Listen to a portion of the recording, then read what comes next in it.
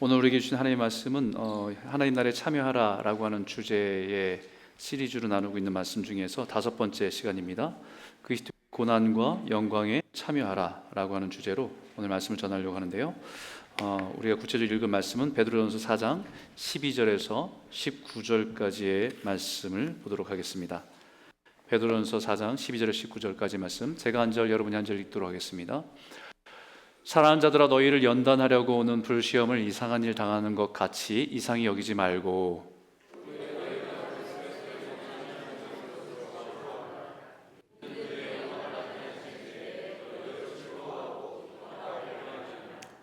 너희가 그리스도의 이름으로 치욕을 당하면 복 있는 자로다. 영광의 영, 곧 하나님의 영이 너희 위에 계심이라.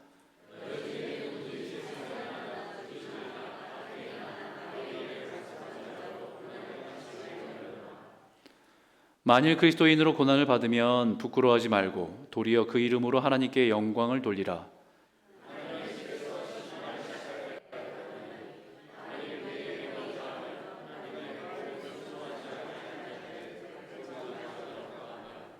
또 의인이 겨우 구원을 받으면 경건하지 아니한 자와 죄인은 어디에 서리요. 그러므로 하나님의 뜻대로 고난을 받은 자들은 또한 선을 행하는 가운데에 그 영혼을 미쁘신 창조주께 의탁할지어다. 아멘. 제가 예전에 한번 설교 중에서 한번 인용했던 책이 있는데 그 책 이름이 피로사회라고 하는 책입니다. 아마 기억을 못 하시는 게 당연할 텐데요. 설교도 기억 못 하는데 이걸 기억할 일은 저는 기대하지 않았습니다. 피로사회라고 하는 이 책이 참 저한테는 굉장히 의미 있게 그때는 다가왔거든요. 왜냐하면 이 책을 쓰신 분이 한병철이라고 하는 분인데 한국계 독일 철학자입니다. 그래서 이분은 대학교에서 가르치기도 하면서 독일에서 이 지금 우리가 살아간 세대를 잘 이렇게 분석하고 우리 애들에게 잘 깨우침을 주는 그런 철학자로 알려져 있습니다. 이 시대를 대표하는 철학자다 이렇게 알려져 있는 분인데, 이분이 얘기하는 이 책에서 부정성이 제거된 사회, 그러니까 부정 대신에 긍정성이 지배하는 사회. 긍정이라는 건 굉장히 중요하잖아요. 우리가 살아가면서 잘 될 거야, 긍정적인 마음을 갖는 거 굉장히 중요합니다. 그런데 이게 반대로 긍정적인 부분들이 지나치게 강조되면서 사회에 오류를 만들어내는 부분이 있다라는 겁니다. 무슨 말이냐면, 해서는 안 된다는 부정적인 것보다는 뭐든지 할 수 있다. I can do everything. 막 이런 사고가 세상에 많은 사람들 안에 자리 잡으면서 긍정이라고 하는 것이 만들어내는 세상의 오류가 있는데, 그것은 그 사회를 성과주의로 이끌었다라는 겁니다.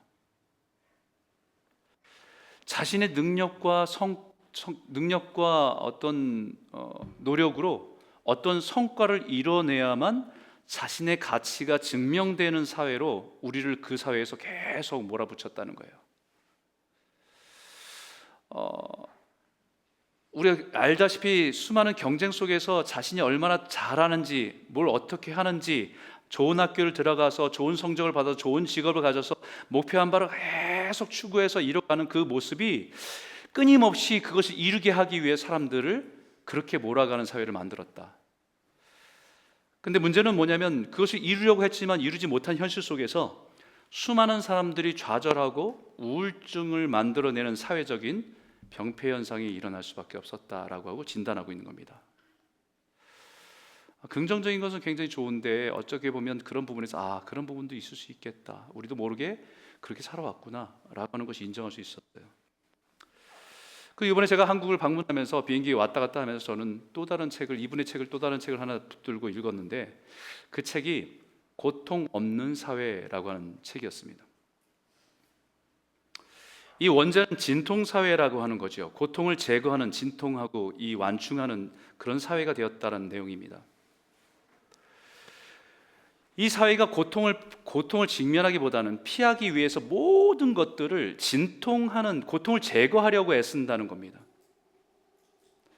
그것이 오히려 우리의 삶의 진실성이나 진정한 자유를 잃어버리고 있다고 하는 요지의 내용이었습니다. 우리가 살아온 사회의 현상들을 다 이렇게 진단하면서 사람의 인생에 있어서 고통이라고 하는 것이 단순히 없애야 될 악이 아닌데 어쩌면 이 고통이라고 하는 것이 우리의 인생을 진실하게 바라볼 수 있도록 하게 하고 깨어나게 하고 다른 사람을 진실한 사람으로 사람을 고통을 이해하면서 공감하게 만들고 오히려 그 고통이 우리의 인생에서 주어진 많은 진정한 행복이 무엇인지를 깨닫게 해주는 사람의 인생에 있어서는 절대적으로 필수한 요소인데 이 요소를 이 고통이라고 하는 것을 제해버리는 것이 마치 행복인 것처럼 이 사회는 우리를 그렇게 이끌어가고 있다라고 말하는 거예요. 그런 세상에 우리가 살아가면서 우리는 자연스럽게 인생에서 만나는 여러 가지 고통을 우리는 고민하는 것이 어떻게 하면 이 인생에 고난이 없이 살 수 있을까? 나에게 다가오는 이 고통을 어떻게 제거할 수 있을까? 이것을 고민하면서 고통을 제거하는 것이 우리 인생을 편안하게 하고 행복하게 하는 것이라고 생각하고 착각하고 살아가게 만든다는 것입니다. 그래서 결국 오늘날 우리가 살아가는 세상은 고통을 제거하는 진통하는 기술만 늘어나는 사회가 되어버렸다는 것이죠. 그러다 보니까 점점 사회가 고통을 느끼지 못하도록 하는 마치 환자의 고통을 제거해주는 마취의 의료 기술이 발달하듯이 우리의 삶에서 정서적인 영적으로 우리를 무감각하게 만드는 마취 기술만 가득하게 된 사회가 되었다고 진단하고 있는 겁니다. 고통이 오면 고통의 원인에 직면하기보다는 고통을 느끼지 못하게 하는 기술만 발달한 사회를 우리가 살아가고 있다는 것입니다. 두통이 오면 그 원인을 찾기보다는 진통제 먹으면 되고, 마음이 괴로우면 수많은 유튜브에서 내 마음을 좀 위로해 줄 수 있는 힐링 영상을 찾아서 조금 안위함을 받고, 관계가 불편하면 차단해버리면 되고,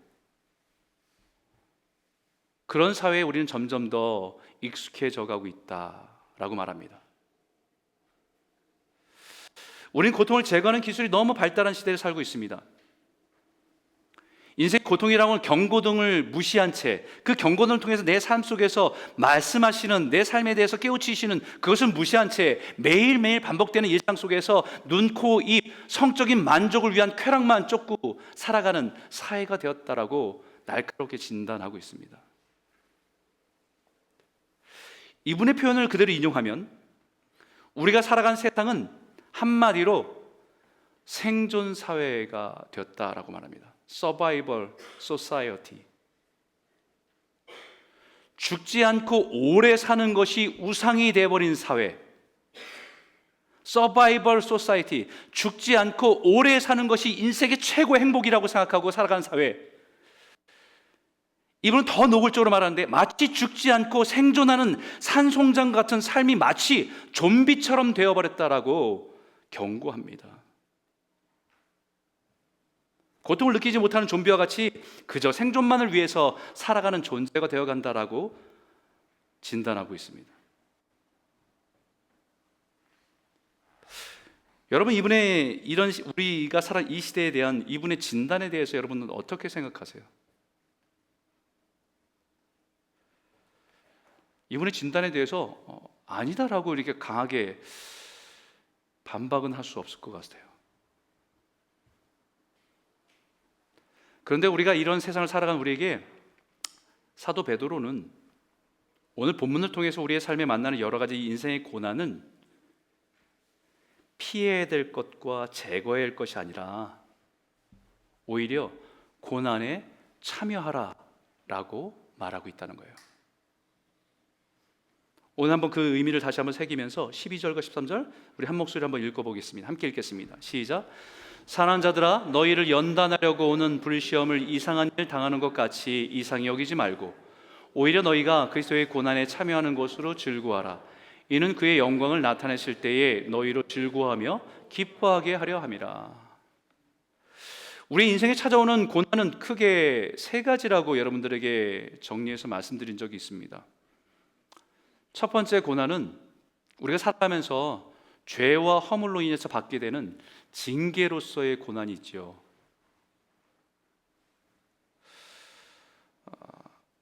우리가 죄를 짓고 잘못된 길을 들어서서 계속 가는데 그걸 방치하는 게 아니라 우리를 돌이키기 위해서 우리에게 고난을 허락하실 때가 있으세요.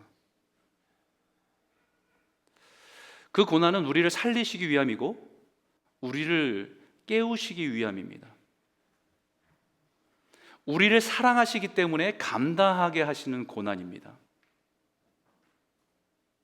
두 번째는 죄로 깨어진 세상 속에서 살아가면서, 죄로 깨어진 이 세상의 질서 속에서 살아가면서 내 잘못이 아닌데 타인의 악함이나 세상이 타락한 구조 속에서 겪게 되는 억울한 고난도 있습니다.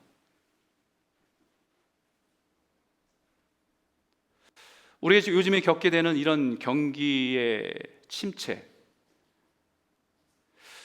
우리가 잘못한 거 아니잖아요. 열심히 두 사람이 맞벌이해도 살아가기 버거운 삶의 짐을 우리 인생의 고난이라고 할 수 있죠. 우리의 잘못은 아니잖아요.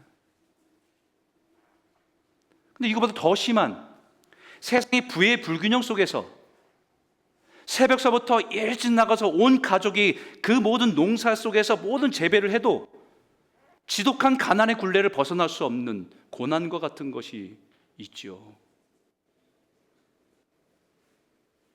누군가의 악행으로 인해서 피해자가 되어서 받게 되는 고난일 수 있습니다. 때로는 어디서 시작했는지조차 원인조차 알 수 없는 고난들이 있지요. 무엇 때문에 이런 고난이 나에게 있는지 그것조차 알 수 없는 애매한 고난들이 있을 때도 있습니다. 우리 깨어진 세상 속에 살아가기 때문에. 그리고 세 번째는 그리스도를 믿고 따름으로 인해서 감당해야 되는 고난입니다. 세상이 다 영적으로 건강해서 주님의 영광을 드러내고 하나님을 예배하고 이런 모습이면 주님을 따라가는 것이 박수받을 만한 일이고 상급받을 만한 일이지만, 세상에 하나님을 인정하지 않고 자신의 탐욕과 욕망으로 치닫고 있는 세상 속에서 그리스도인으로 살아간다고 한다면 그것은 당연히 고난이 있을 수밖에 없습니다. 세상이 죄로 깨어져 있는데 그 속에서 세상과 타협하고 동화하지 않고 그리스도인이라고 하는 정체성을 지키고 자신의 삶의 분명한 목적과 의미를 따라 살아가다 보면 겪게 되는 고난이지요.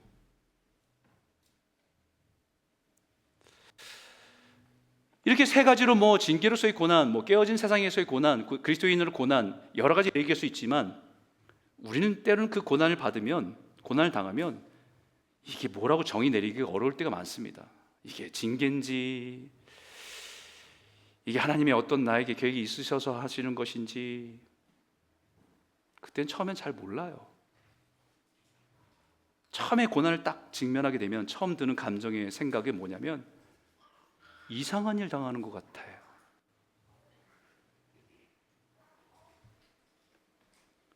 그래서 여기 이상히 여기지 말라는 겁니다. 크세니조 메노이라는 말인데 이것을 직역하면 생소한 이방인을 대하는 것 하지 말라는 거예요. 낯선 이방인을 대하는 것처럼 하지 말라는 겁니다. 왜 나에게 이러는 일이 일어나는 거지? 왜 하필이면 나지? 세상 모든 사람들이 아무런 문제가 없어 보이고 다 행복한 것 같은데 내가 뭘 잘못해서 이런 일이 나에게만 일어나는 거지? 낯선 이방인을 대하듯 하지 말라는 거예요.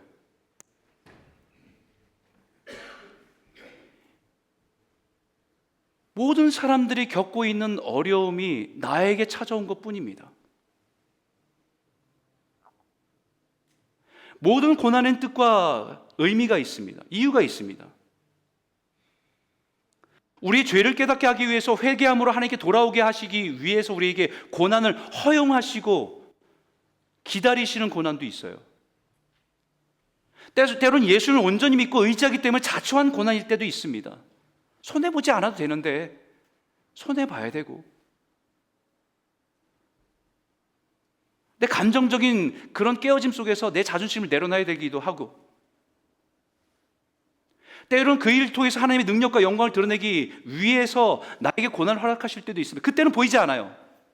왜 나에게 이런 일을 하신지 보이지 않습니다.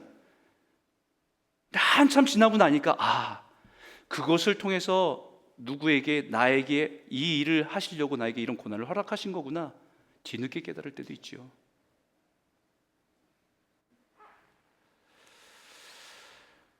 사단은 우리를 넘어뜨리려고 템프테이션으로 시험을, 고난을 줄 때도 있어요. 고난을 우리 시험할 때도 있습니다. 하나님 그것을 알면서도 방치하실 때가 있어요. 왜냐하면 그것을 통해서 하나님께서는 우리의 믿음을 테스트하고 강하게 하고 담대하게 하기 위해서 그것을 그 순간까지 그냥 허용하실 때가 있습니다. 이게 다 복잡해요. 이건 테스트다, 이건 템프테이션이다, 이건 테스트, 이렇게 정의 내릴 수 없습니다. 복잡합니다. 그럼에도 불구하고 모든 고난을 통해서 하나님께서 원하시는 것 한 가지는 분명합니다. 그것은 사랑하는 자들을 연단하시려고 사용하신다는 겁니다. 그것을 연단하고 오는 불시험이라고는 표현되어 있습니다. 근데 이것을 왜 불시험이라고 했을까? 우리 안에 죄로 오염된 것을 태워버리기 위한 고난이기 때문입니다. 모두 다 태워버리는 것이 아니라 우리 안에 죄로 오염된 것들을 정화시키고 태워버리는 고난이기 때문에 그것까지만 허용하시는 겁니다. 그래서 불시험의 목적은 파괴가 아니라 정화입니다. 디스트럭션이 아니라 퓨리피케이션이에요. 깨끗하게 정화시키기 위한. 이것을 상징으로 잘 보이는 사건이 있습니다. 구약의 다니엘의 친구들이 풀무불에 던짐을 당한 일이 있지요. 다니엘의 느부갓네살 왕이 신상을 만들어서 그 앞에 절하라고 명령했습니다. 만약에 그 신상에 절하지 않는 자가 있다고 한다면 뜨거운 풀무불에 던지겠다고 법을 만들었습니다. 그럼에도 불구하고 그때 다니엘의 친구였던 사드락, 메삭, 아벳누가, 이 세 친구가 신상에 절하는 것을 거부했습니다. 그리고 그 일을 이렇게 말합니다. 왕이여, 우리가 섬기는 하나님이 계시다고 한다면 우리를 맹렬히 타는 풀무불의 가운데서 능히 건져내실 것이고 왕의 손에서도 건져내실 것입니다. 그렇게 아니하실지라도 왕이여, 우리가 왕들의 신들을 섬기지도 아니하고 왕이 세우신 금신상에게 절하지도 아니할 줄 아옵소서라고 담대하게 자신의 신앙을 고백합니다. 적당히 살아갈 수 있지요. 절하고, 절하는 거야 내 마음으로 절하는 것도 아닌데, 내 마음에 하나님만 섬기는데 이 행위가 무슨 거짓인데, 적당히 이렇게 하면서 살 수 있겠죠. 그 앞에서 자신은 하나님의 백성임을 인정하며 자기의 고난을 선택하는 겁니다. 그렇게 해서 어떻게 됐습니까? 그 친구를 결박하여 7배나 더 뜨겁게 한 풀무불에 던지게 되었습니다. 7배나 더 뜨겁게 하는 풀무불에 그 불이 너무 뜨거워서 그들을 붙들고 있던 그 사람조차 타버려 죽을 정도의 불이었습니다. 그런데 놀라운 일이 일어납니다. 다니엘 3장 25절에 있는 말씀인데 같이 한번 읽어볼까요? 함께 읽겠습니다. 시작. 왕이 또 말하여 이르되 내가 보니 결박되지 아니한 네 사람이 불 가운데로 다니는데 상하지도 아니하였고 그 넷째의 모양은 신들의 아들과 같도다 하고, 불에 던지움을 받은 사람은 3사람인데 그 가운데 한 사람이 더 있는 겁니다. 7배나 뜨겁게 한 풀무불에서 세 친구는 타지 않고 오직 뭐만 탔냐면 그들을 꽁꽁 묶었던 결박만 타버린 겁니다. 오히려 이 불시험 속에서 오히려 묶여있던 그들을 자유롭게 된 겁니다. 주님 안에서 주님과 함께 자유함을 누리고 있는 것입니다. 불시험 가운데 주님과 함께 자유함을 누리고 있는 것입니다. 이 말은 하나님의 자녀를 향한 고난은 하나님께서 고난의 불을 조절하고 계시다는 거예요. 우리를 다 태워버리시는 불이 아니라 우리 안에 죄의 불순물을 태우시는 과정이기 때문입니다. 우리를 결박했던 그것만 태우는 불로서 사용하고 계시다는 겁니다. 우리가 인생을 살아가면서 여러 가지 고난의 앞에 설 때가 있지요. 그것이 경제적인 부분이든 그것이 관계적인 부분이든, 그것이 미래에 대한 불투명한 그런 두려움이든, 아니면 내 인생의 건강에 대한 위협이든, 다양한 얼굴로 우리의 인생의 고난으로 찾아와요.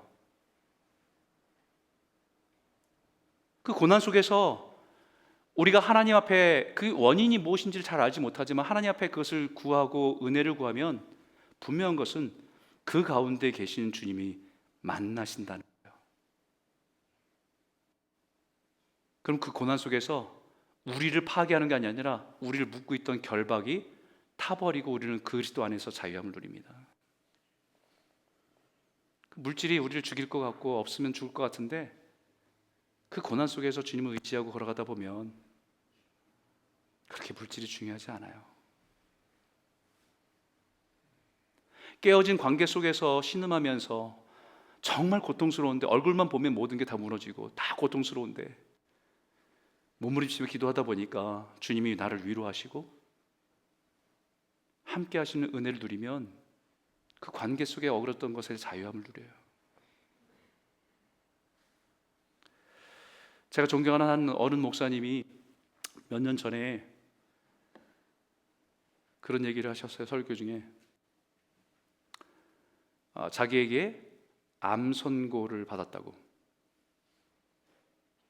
그러면서 그분이 뭐라고 얘기하셨냐면, 주님 나라를 부르실 초대장을 보내셨다고.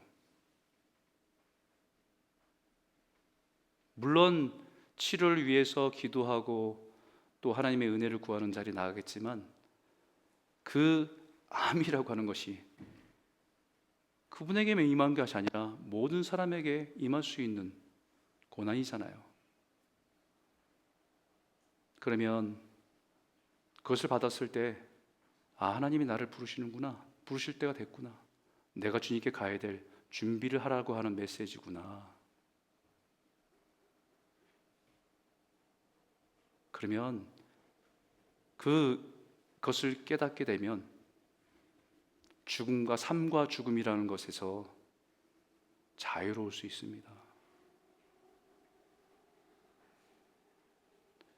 성경에 분명히 이렇게 말합니다. 사람이 감당할 시험 밖에는 너에게 다한 것이 없나니 오직 하나님은 미쁘사 너희가 감당치 못할 시험 당함을 허락지 아니하시고 시험 당할 즈음에 또한 피할 길을 내사 너희로 능히 감당하게 하시느니라. 우리가 감당할 만한 시험만 주신다는 의미예요. 하나님께 친히 고난의 불을 조절하고 계셔요. 우리를 다 태워버리는 것이 아니라 우리 안에 결박하고 묶고 있는 것들을 태워버리시는 분이에요. 그래서 불시험 같은 고난 속에 제일 중요한 것은 그냥 견디는 게 중요한 게 아니라 하나님과 함께 있느냐라는 겁니다. 내 인생에 찾아온 고난 가운데 함께 계신 주님을 만났느냐라는 거예요. 내 인생에 찾아온 이 고난 속에서 이 고난 뒤에 계신 주님을 찾았느냐라고 하는 것이 중요한 겁니다. 인생에서 찾아온 고난 속에 주님을 찾지 않고 만나지 않고 그 뜻을 모른다고 한다면 그 고난은 내 인생에 일어난 액시던트, 사고입니다. 왜 일어난지 모르는 사고예요. 고통만, 충격만 가득 찬 사고입니다. 그러나 그 고난 속에서 주님을 만나고 나를 향한 주님의 뜻을 헤아리게 되고 깨닫게 된다면 주님과 함께 지나가는 사건입니다. 주님이 내 인생 속에서 역사하시는 히스토리입니다. 내 인생 속에서 깨어진 내 성품을, 내 삶을 다듬어 주시는 하나님의 손길 가운데 있는 은혜의 시간입니다.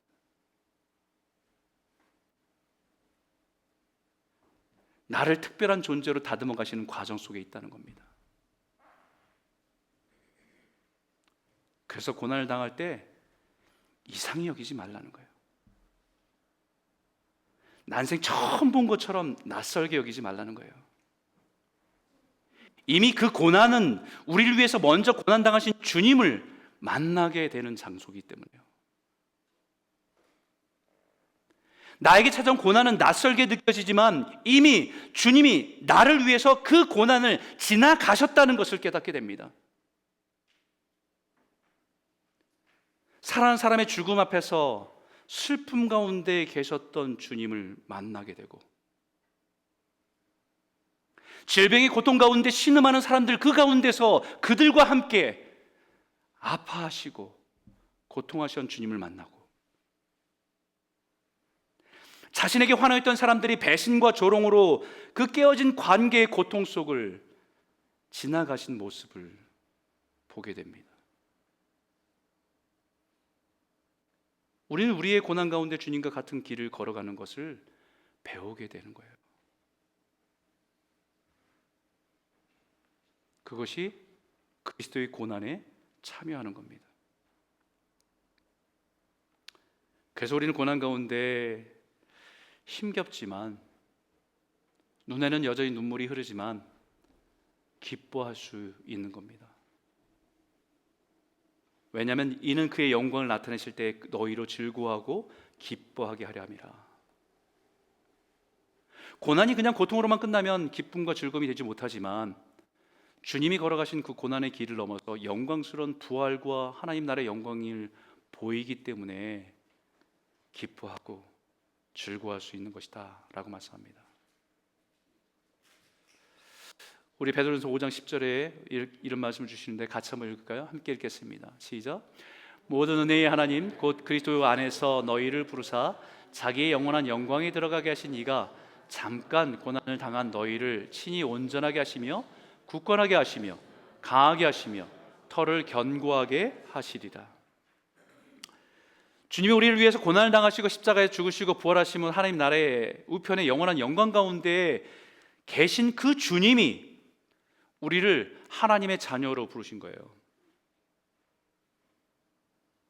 그리스도를 따르는 제자로 부르신 겁니다. 그 부르심을 따라 걸어가는 길은 고난의 길입니다. 주님이 걸어가신 그 길을 따라가는 길이기 때문에 고난이 있습니다. 그런데 그 분명한 것은 그 고난은 잠깐이에요. 영원한 하나님 나라의 영광에 비하면 정말 잠깐입니다. 그 인생에 찾아오신 고난은 피할 것이 아니라 통과해야 될 길입니다. 그 과정에 우리의 신앙은 더 단단해지고 굳건해지고 강해져서 믿음이 견고해서 온전한 하나님의 백성으로 서게 하시는 그 과정으로 우리를 이끌어 가시는 길이기 때문에, 그래서 즐거워할 수 있습니다. 장차 바라볼 영광 때문에 즐거워하고 기뻐할 수 있는 거지요. 뿐만 아니라 인생의 고난 한복판에서 주님을 만나는 기쁨, 주님이 나를 찾아와서 위로하시는 기쁨, 세상을 몰라줘도 주님만이 나를 아신다고 하시는 그 위로가 있는 기쁨이 있기 때문에 우리는 고난 중에도 기뻐할 수 있습니다. 이 기쁨과 즐거움은 그날의 완전한 기쁨과 즐거움에 비하면 아무것도 아닙니다. 예수 믿는데 이 기쁨과 즐거움을 모른다고 한다면 우리 예수님이 걸어가신 길과 전혀 다른 길을 걸어가고 있는지 몰라요.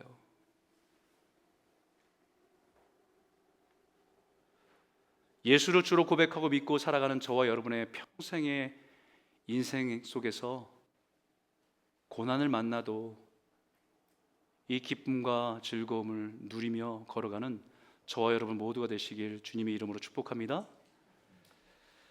14절인데 같이 한번 읽겠습니다. 함께 읽겠습니다. 시작. 너희가 그리스도의 이름으로 치욕을 당하면 복이 있는 자로다. 영광의 영 곧 하나님의 영이 너희 위에 계심이라. 이 말씀을 통해서 나누고 싶은 것은 고난 속에 주님을 만나는 기쁨과 즐거움이 있고, 주님 때문에 당하는 고난은 영광이고 축복이라는 겁니다.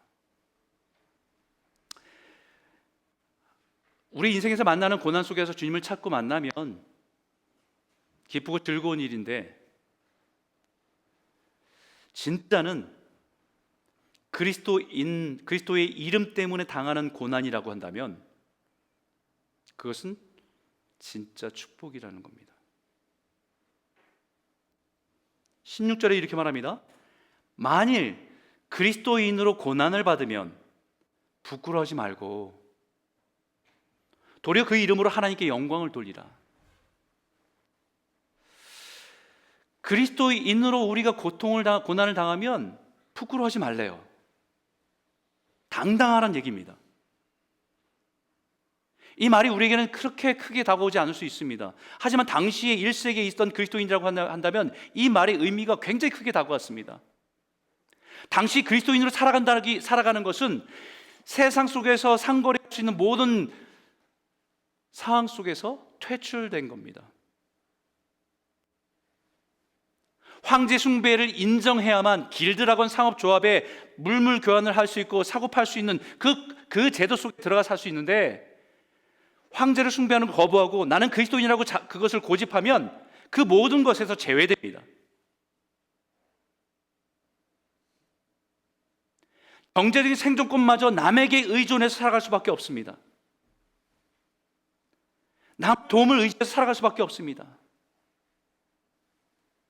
뿐만 아니라 그리스도인이 살아간다는 것은 그들 앞에서 짐승보다 더 추하게 취급해서 인간 이하의 취급을 받는 모습으로 살아갔습니다. 그럼에도 불구하고 그것은 부끄러운 일이 아니다. 세상 사람들이 손가락질하며 세상의 질서, 로마의 법을 어지럽게 하고 그들을 비난하는 손가락 앞에서 부끄러워하지 말라는 거예요. 당당하라고 얘기한 거예요.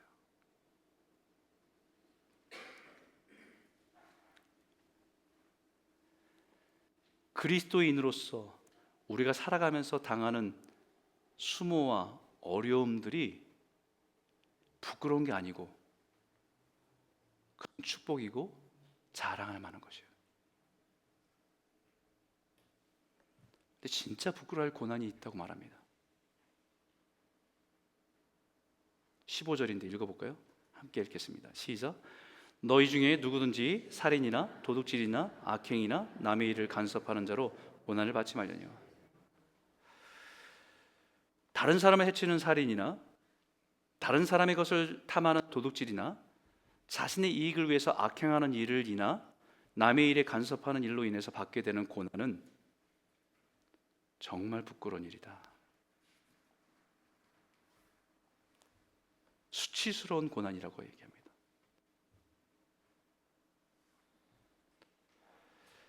근데 여기 아주 이상한 것 하나가 있죠. 살인이나 도둑질이나 악행하는 일은 누가 보아도 죄라고 하는 것에 너무 확연하게 드러나는 일들이죠. 그런데 남의 일을 간섭하는 일, 그게 그렇게 심각한 일인가 하는 생각이에요. 저만 그런 거 아니고 여러분들 그럴 겁니다.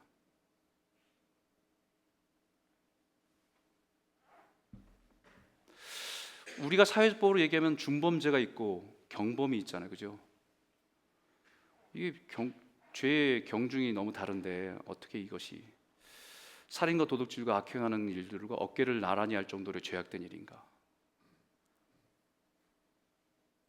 여기서 우리 주목해야 될 단어가 남을 간섭하는 자라고 하는 단어인데요, 알로트리오 에피 스코포스라고 하는 단어인데 아주 독특한 단어들이 합성된 신약 성경에 단 한 번만 사용된 단어입니다. 알로트리오스는 다른 사람에게 속한 것들이라고 하는 뜻이에요. 그 사람에게 속한 것들. 에피는 그것을 향하여라고 하는 전치사고요. 스코포스는 이렇게 멀리 지켜보는 거잖아요. 그래서 이것이 감독자, 관리자, 감시하는 자 이런 뜻입니다. 쉽게 말하면 남의 일에 자신이 감독인 것처럼 행동하는 거예요. 그로 인해서 이런 일을 하면 그로 인해서 갈등이 일어나죠. 분쟁이 일어나죠. 다툼이 일어납니다. 관계가 깨어지죠. 그로 인한 고난을 당하는 것은 수치스러운 고난이라고 얘기해요. 갈등과 분란을 만들어서 비난을 자초하거나 분쟁을 자초하는 일을 말하는데, 그로 인해서 관계가 깨어지고 그것을 통해서 자기가 고난받아 힘들어지는 그것은 수치스러운 고난이라고 얘기하는 겁니다. 자신이 자초한 고난을 그것을 의로운 고난이라고 말하지 말라는 겁니다. 마치 자기가 하나님이 되어서 그것을 나쁘다, 옳다라고 진단해서 깨어진 관계 속에 자기도 힘들어지고 그 사람도 힘들어진 그 고난을 의로운 판단이라고 얘기하지 말라는 겁니다. 하나님은 우리가 다른 사람에게 관심 갖기를 원하세요. 다른 사람이 아프면 그것에 관심 갖고 같이 아파해주고 공감해주고 그것을 같이 기도해주고 우리가 서 있을 자리는 그 자리지, 그 사람을 나의 기준으로 판단하고 정죄해서 관계가 깨어지는 것을 통해 고난받는 것은 그것은 수치스러운 고난이라고 얘기하는 겁니다. 부끄러운 고난은 내가 하나님 대신함으로 스스로 자초한 고난은 부끄러운 고난입니다. 아무리 그래도 살인과 도둑질이나 악행과 비슷한 죄의 무게감이 있지만 남의 일을 간섭하는 일을 같은 급의 죄로 하기에는 상식적으로 우리는 어렵게 느껴집니다. 그런데 가만히 묵상해 보면요, 죄는 내가 하나님의 자리에 서는 게 죄잖아요.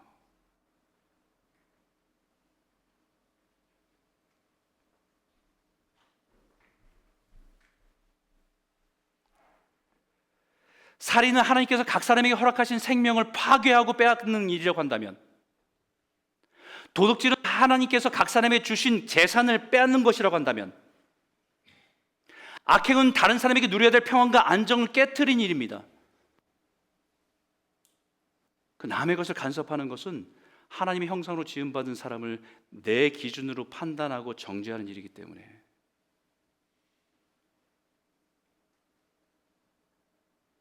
하나님 보실 때는 같습니다. 이 모든 것이 내가 하나님만이 하실 수 있는 그 자리에 내가 앉는 것이기 때문입니다. 그래서 19절에 이렇게 말하지요. 같이 한번 읽어볼까요? 19절 함께 읽겠습니다. 시작.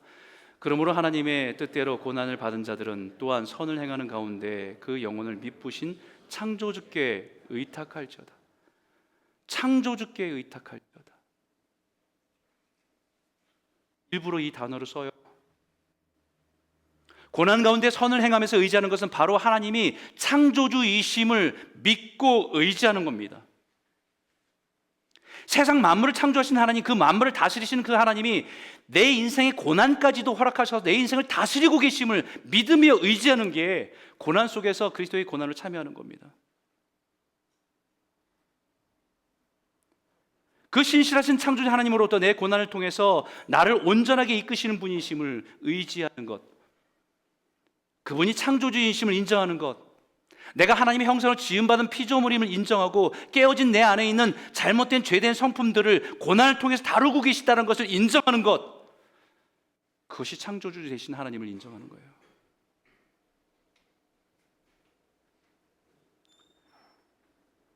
모든 만물의 주인 되심을 인정하는 믿음입니다.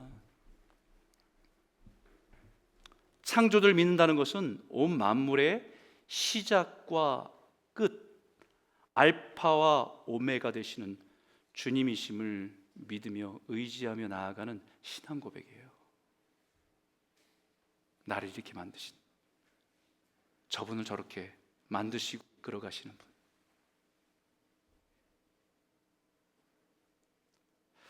사랑하는 성도 여러분,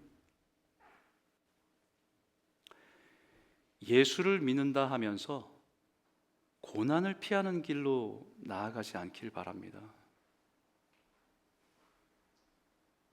예수 믿으면서 나에게 고난이 없었으면 좋겠다라고 하는 바람은 있을 수 있겠지만, 주님은 우리를 고난을 통해서 우리를 다듬어 가시는 우리 인생 여정인데,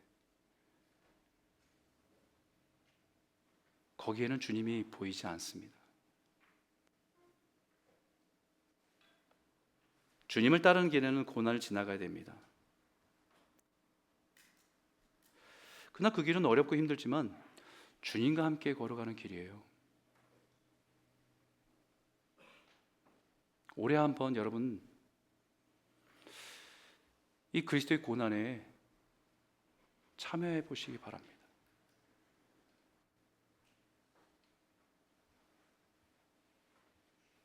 내가 그리스도인이기 때문에,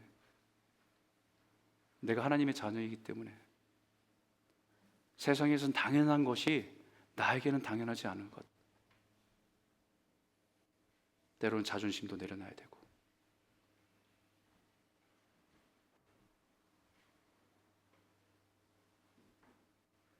때로는 연약한 자를 알아주지 않아도 중보하며 품어야 되고, 서운함이 있어도 그것을 내려놓고 하나님 앞에 겸손하게 서고, 그것을 통과하는 과정은 고통일 겁니다. 하지만 주님은 그 가운데서 우리와 함께 지나가기를 원하십니다. 예수 믿는 것을 우리에게 보장된 편안한 삶으로 이끄신다고 믿는 것은 그 예수 믿는 거 아닙니다.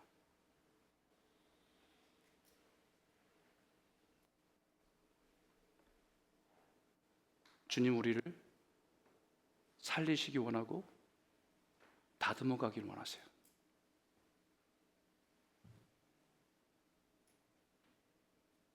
우리가 우리 인생에 다가오는 고난이 있을 때마다 고난 가운데 신 주님을 만나고 주님을 붙들고 주님이 허락하신 기쁨과 즐거움으로 그 영광을 사모하며 나아가는 저와 여러분 모두가 되시길 주님의 이름으로 축복합니다. 우리 한번 같이 기도할까요?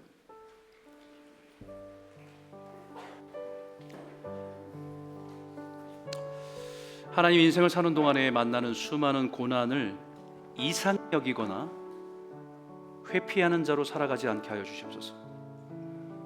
오히려 고난을 통해서 주님을 더 가까이 나아가는 은혜와 축복을 누릴 수 있도록 도와주십시오. 죄로 깨어진 세상에서 그리스도인으로 온전히 살아가는 것이 때론 힘겹고 외로운 싸움이지만 주님과 함께 기쁨과 즐거움으로 영광을 바라보며 걸어가는 순례자의 삶을 살아갈 수 있도록 인도하여 주시옵소서. 우리가 살아가는 동안에 부끄러운 고난을 당하지 않게 하여 주시고 오직 그리스도의 고난에 참여하는 기쁨과 즐거움을 가지고 살아가는 성도 되게 허락하여 주실 줄 믿습니다. 우리 같이 한번 기도할까요? 함께 기도하겠습니다. 하나님 아버지 감사합니다.